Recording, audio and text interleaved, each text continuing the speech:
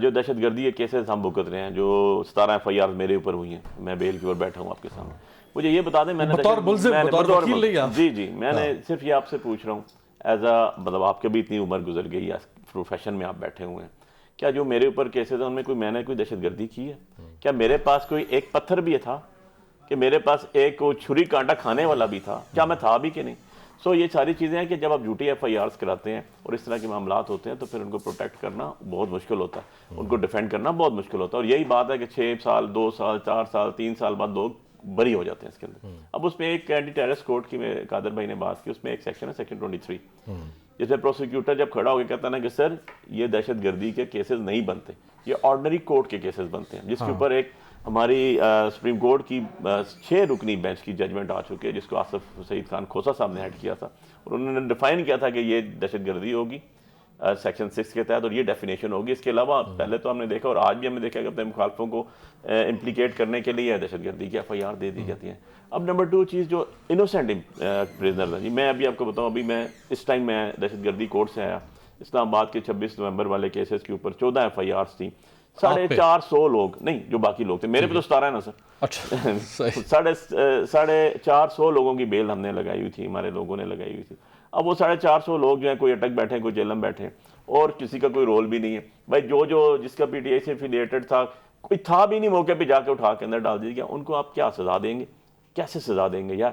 بات یہ نہیں ہے، بات یہ ہے کہ جو انوسینٹ لوگ ہیں ان کو تو خوشی سے کہنا چاہیے کہ ٹھیک ہے جی ہم انہوں کریں گے، اس کے لیے کورٹس کو تالے نہیں لگانے پڑتے، اس کے لیے جا کے پروسیکیوٹر بٹھائیں، ایڈوکیٹ جنرل آپ کے اپوائنٹ کیے ہوئے گورنمنٹ کے ہیں نا، یہ گورنمنٹ کے سرکاری وکیل، آپ اٹارنی جنرل ہیں، additional attorney general, deputy advocate general, prosecutors, PPs PSIs ڈھیر لگا ہوا نیچے سے اوپر، کھڑے ہو کے سمپل وہ یہ بتا دیں کہ آنسٹ ٹو گاڈ ہو کے لف اٹھا کے کہہ دیں اچھا سر یہ دیکھ لیں جج صاحب یہ بندے انوالو ہیں، یعنی اس کے اوپر ڈیسائیڈ ہو جاتا ہے۔ اور تفتیشی میں تو یہ کر سکتا ہے کہ وہ آئیو ہی کرتا ہے نا، وہ کہہ سکتا ہے کہ آئیو کھڑا ہو کے کہہ دیتا ہے کہ یہ بندہ ہمیں چاہیے، یہ بندہ ہمیں نہیں چاہیے، وہ اپنی انویسٹیگیشن کر کے بتا دے اس کے اندر، مطلب 450 بندے ہیں، سب کو پتا ہے کہ یار لوگ ہیں نہیں، لوگوں نے اپنی پلی علی بھائی بھی لی ہیں، یار ہم وہاں پر تھے اس جگہ پہ تھے نہیں تھے، اب اس کے اندر کیا آئیو نے فرض نہیں بنتا کہ وہ انویسٹیگیٹ پراپر کر کے کہے کہ ایسے ہو رہا ہے اور ایسے نہیں ہو رہا، یہ انوالو ہے یہ انوالو نہیں، سو اس کے لیے تو کوئی بڑا راکٹ سائنس ہے نہیں۔ جو دوسری بات قادر بھائی نے کی کہ جی انوسینٹ، ایک تو قیدیوں کے حوالے سے بات تھی، اور جو انٹرسٹنگلی وہ بار بار کہہ رہے تھے کہ جو باقی لوگوں کو ہوا دیکھیں، وہ کہہ رہے ہیں 9 مئی پہ تو آپ سوال ہی نہیں پیدا ہوتا نا، آپ بھول جائیں کہ آپ کو کسی قسم کی کوئی ریلیف ملے گا۔ دیکھیں میں اس میں نا 9 مئی والے کیسز میں پنڈی GHQ حملہ کیسز میں ایز اے وکیل ہوں میں شاہ محمود قریشی صاحب کو، اس کے اندر ہماری اپلیکیشنز آ چکی ہیں، ہم ہائی کورٹ تک جا چکے ہیں کہ پلیز خدا را ہمیں CCTV فوٹیجز ہیں تو دے دیں جی، جتنی یہ جگہ بتائی گئی ہیں 9 مئی کی۔ ویسے تو میں میرٹس اس کے ڈسکس اس لیے نہیں کرتا تھا کہ وہ نیگوسیشن کمیٹی میں چلے گئے، اٹس ناٹ گڈ کہ ہم اس کو بیٹھ کے ڈسکس کریں، بٹ فار ایک لائٹر موڈ میں یا ایک جسٹ فار انفارمیشن، جسے ہم اکیڈیمک آرگومنٹس کہہ لیں یا اکیڈیمک ڈسکشن کہہ لیں، اس کے لیے میں بات کرتا ہوں۔ ہم نے کہا دے دیں، قادر بھائی نے کہا 164 کے تحت اسٹیٹمنٹ اور جو ہے وہ لگ گئی اور دے دی۔ بھائی ہم تو مانگ رہے ہیں سول، آپ کو کورٹس پہ اعتبار ہے، آپ کے اینٹی ٹیررسٹ کورٹس کے جج بیٹھے ہوئے ہیں، اب اینٹی ٹیررسٹ کورٹس بھائی بیسیکلی اسپیشل کورٹس ہیں، اور وہ جوڈیشری اپوائنٹ نہیں کرتی، وہ سٹنگ گورنمنٹ اپوائنٹ کرتی ہے۔ آپ کے اینٹی ٹیررسٹ کورٹ کے جج جتنے بیٹھے ہوئے ہیں ان کو لا منسٹری نے اپوائنٹ کیا ہوا، جوڈیشری سے نہیں آئے ہوئے، جس پہ میرا ذاتی as a student of law, as a Pakistani citizen ہمیشہ سے اعتراض رہا ہے کہ یار یہ اسپیشل عدالتیں اسپیشلی بنائی جاتی ہیں فور اسپیشل ٹریٹمنٹ کے لیے، یہ آرڈنری کورٹس میں جانا چاہیے۔ نمبر 2، اب آپ وہاں پر جب ہم کہتے ہیں کہ ہمیں دے دیں CCTV فوٹیجز، اور چلان جمع ہو گیا اور چارج شیٹ فریم ہو گئی ہے، اور اس چلان کے ساتھ اس چارج شیٹ کے اندر کسی بھی جگہ ذکر نہیں ہے کہ کوئی CCTV فوٹیج کہیں بھی ہے۔ اب جب میں تو ایک ایز اے چھوڑ دیں، میں 2 منٹ کے لیے پولیٹیکل بات بھی نہیں کرتا ہوں، میں ایز اے کامن مین بات کرتا ہوں۔ آپ اگر میرے کلائنٹ اور میں وکیل ہوں تو آپ مجھے کہیں گے نا یار علی بخاری مجھے یہ تو بتائیں نا کہ ایک جگہ سزا ہو رہی ہے CCTV فوٹیج کے اوپر، اور دوسری طرف مانگ رہے ہیں ہم دے دیں دے دیں، دے ہی نہیں رہے، تو اس کنٹروورسی جو ہے اس کو کیسے ریزالو کریں گے؟ اور یہ آپ کے جو ایک جس کو جسٹس سسٹم کہتا ہے اس کے اوپر سٹگما نہیں بن رہا؟ قادر صاحب، شاہ محمود صاحب کا انہوں نے ذکر کیا، بخاری صاحب نے 9 مئی والے دن شاہ صاحب تو آپ کے شہر کراچی میں تھے، آغا خان ہاسپٹل میں تھے، ان کی وائف کو آپریشن تھا، ڈاکومنٹس دیے، ٹکٹس دیے، مقدمات پنجاب میں بن گئے۔ جو اس نوعیت کے مقدمات ہیں، پکڑے ماسٹر مائنڈ کو نہ چھوڑیں، جو نہیں ملوث اس کو تو چھوڑا جا سکتا ہے نا۔ دیکھیں یہ ٹرائل جو ہے نا TV ٹاک شو میں نہیں ہو سکتا ہے، یہ بہت اچھی بات ہے کہ علی بخاری صاحب جیسے وکیل میرے ساتھ بیٹھے ہوئے ہیں۔ انسداد دہشت گردی کا قانون یہ کہتا ہے کہ 7 دن کے اندر آپ کو کیس میں فیصلہ کرنا ہے،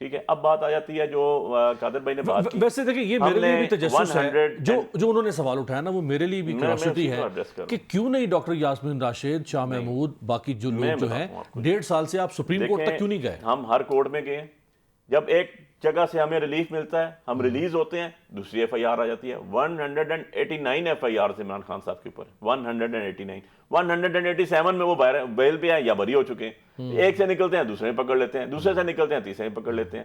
اب مجھے یہ بتائیں، جو شاہ صاحب کے اوپر اور یاسمین راشد صاحبہ پہ 9 مئی سے ریلیٹڈ اوپر تھے، بیلیں پینڈنگ رکھی ہوئی ہیں 6 مہینے سے. ہم ہائی کورٹ جاتے ہیں، ہائی کورٹ پینڈنگ کر لیتی ہے. بہت بہت شکریہ قادر بندوخیل صاحب، پاکستان پیپلز پارٹی کے مرکزی رہنما، اور علی بخاری صاحب اور کمیٹی تحریک انصاف کے رکن ہمارے ساتھ موجود تھے. ایک بریک پہ جاتے ہیں، بریک سے واپسی پہ. اس وقت اسلام آباد، راولپنڈی، جڑواں شہروں میں صورتحال یہ ہے 50 لاکھ سے زائد آبادی، لیکن زخموں سے جھلسنے والے لوگوں کے لیے صرف 20 بستر دستیاب ہیں. سابق وفاقی وزیر صحت ہمارے ساتھ ہیں.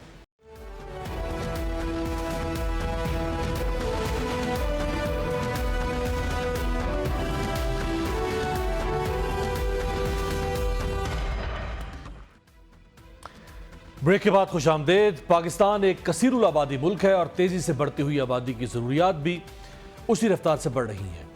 دیگر بنیادی ضروریات کی طرح شہریوں کو طبی سہولیات یعنی صحت کی سہولیات کی فراہمی بھی لازمی عمل ہے، لیکن پاکستان میں یہ صورتحال انتہائی تشویشناک ہے. اسلام آباد شہر جو پاکستان کا وفاقی دارالحکومت ہے، وہاں حادثات اور آگ وغیرہ سے جھلسنے والے مریضوں کے لیے ایک ہی برن سینٹر ہے جس میں صرف 20 بیڈز دستیاب ہیں، جو کہ شدید ناکافی. اس کے علاوہ پورے اسلام آباد اور راولپنڈی میں پم سے بڑا یا زیادہ بہتر سہولیات والا کوئی سرکاری یا پرائیویٹ برن سینٹر موجود نہیں ہے. حالانکہ اسلام آباد اور راولپنڈی کا محل وقوع ایسا ہے کہ ان کے اطراف میں واقع پنجاب، خیبر پختونخوا، مری، ہزارہ ڈویژن، حتیٰ کہ کشمیر تک سے لوگ، گلگت بلتستان تک سے لوگ یہاں علاج کے لیے آتے ہیں. کئی اہم چھوٹی بڑی شاہراہیں ہیں جہاں ٹریفک حادثات یا گیس سلنڈرز وغیرہ سے یا گرم ابلتے ہوئے پانی سے جھلسنے اور جلنے کے لیے لوگ اپنا علاج کروانے کے لیے یہاں آتے ہیں، لیکن سہولیات نہیں. جھلسنے والے افراد کے لیے سرکاری سطح پر علاج معالجے کی فراہمی لازمی اس لیے ہے کیونکہ اس پر خطیر رقم خرچ ہوتی ہے اور برن انجری کا علاج عام آدمی کے لیے ممکن نہیں. اب تو نئی مردم شماری کے مطابق خود اسلام آباد کی آبادی تقریباً 24 لاکھ نفوس تک پہنچ چکی ہے.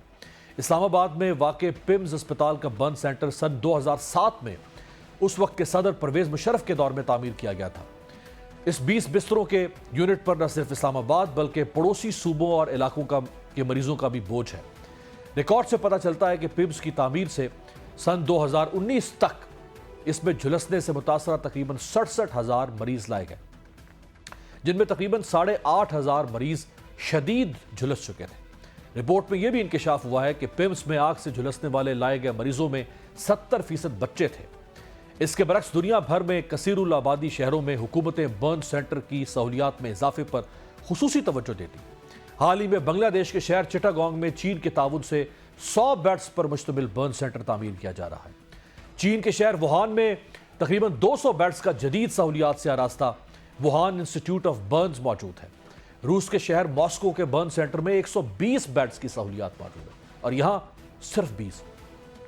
اکتوبر 2022 کی ایک رپورٹ میں یہ بات سامنے آئی تھی کہ آبادی کے لحاظ سے پاکستان کے سب سے بڑے صوبے پنجاب میں حادثات کے دوران آگ سے جھلسنے والے مریضوں کے لیے برن یونٹس کی شدید قلت ہے. خاص طور پر پنجاب بھر کے اسپتالوں میں جلنے والے بچوں کے لیے علاج کی سہولت میسر نہیں.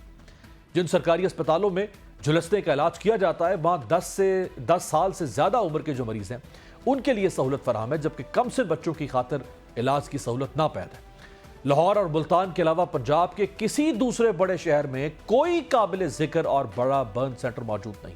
13 کروڑ کی آبادی. یاد رہے کہ 2017 میں بہاولپور میں ایک آئل ٹینکر میں آگ لگنے سے 139 لوگ جھلس گئے تھے. لاہور کی 1 کروڑ 35 لاکھ آبادی کے لیے صرف 2 برن یونٹس دستیاب ہیں جو کہ مجموعی طور پہ 110 بستروں پر مشتمل ہیں.